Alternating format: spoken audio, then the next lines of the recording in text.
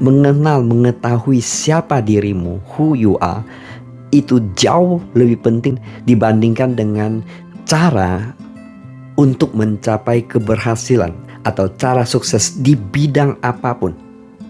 Apalagi saat ini bicara tentang cara, how to, begitu banyak how to, baik dalam bentuk buku-buku, apalagi saat ini dengan sosial media, apakah di YouTube channel atau podcast dan sebagainya, banyak para pakar mengajarkan how to.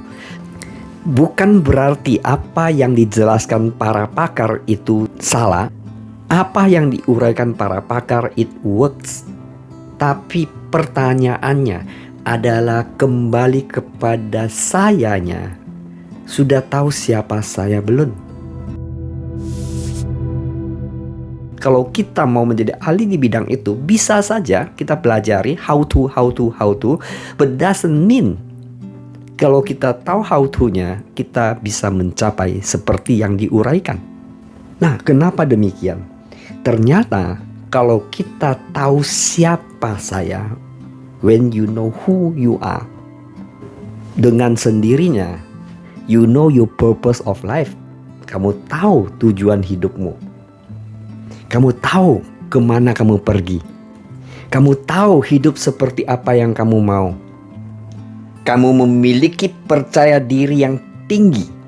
Bukankah untuk berhasil di bidang apapun, kita butuh percaya diri yang tinggi. Kamu tahu kapan kamu mau kemana, dan kamu tahu kamu mau tiba di mana. Karena kamu tahu tujuanmu, your purpose of life, kamu akan fokus belajar di bidang itu yang kamu ingin tekuni. Misi tidak mesti harus besar-besar. Bisa jadi saya hidup lebih berguna untuk diri saya. Karena sebagian orang hidup untuk dirinya saja tidak ada manfaat. Bahkan dia merusak tubuhnya dengan berbagai pikiran dan konsumsi narkoba dan sebagainya. Itu kan namanya merusak dirinya sendiri. Bagaimana dia bisa bermanfaat, berguna untuk keluarganya? Iya bukan?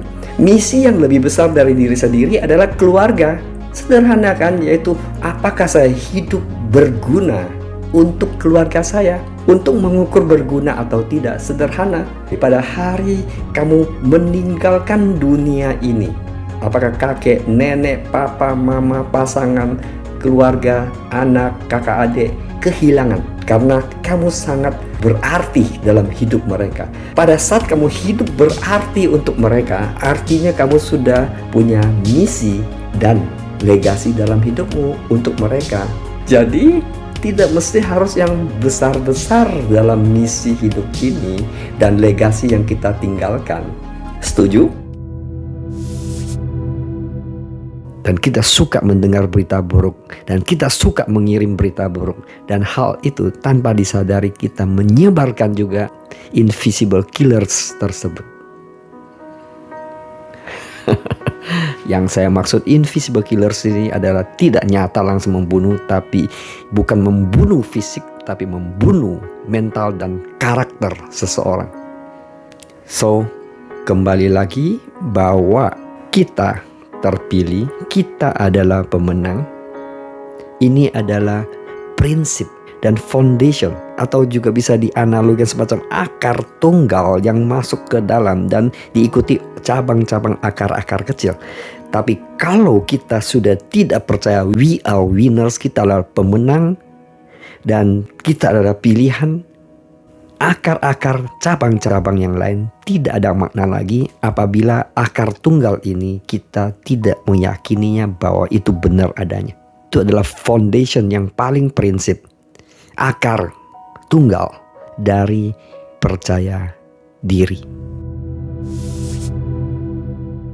Nah, sekarang bagaimana kiat untuk hidup kita bahagia selalu, happy all the time? Adalah maafkan dan lupakan.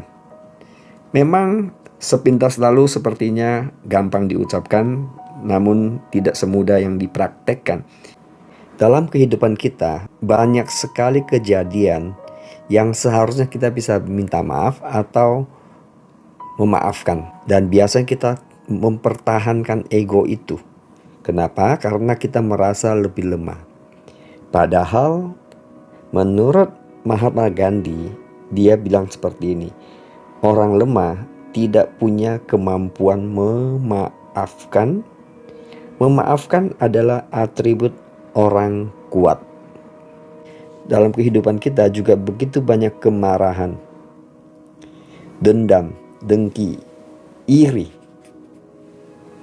Dan semua itu berdampak negatif. Padahal menyimpan kemarahan itu seperti meminum racun dan berharap orang lain yang mati.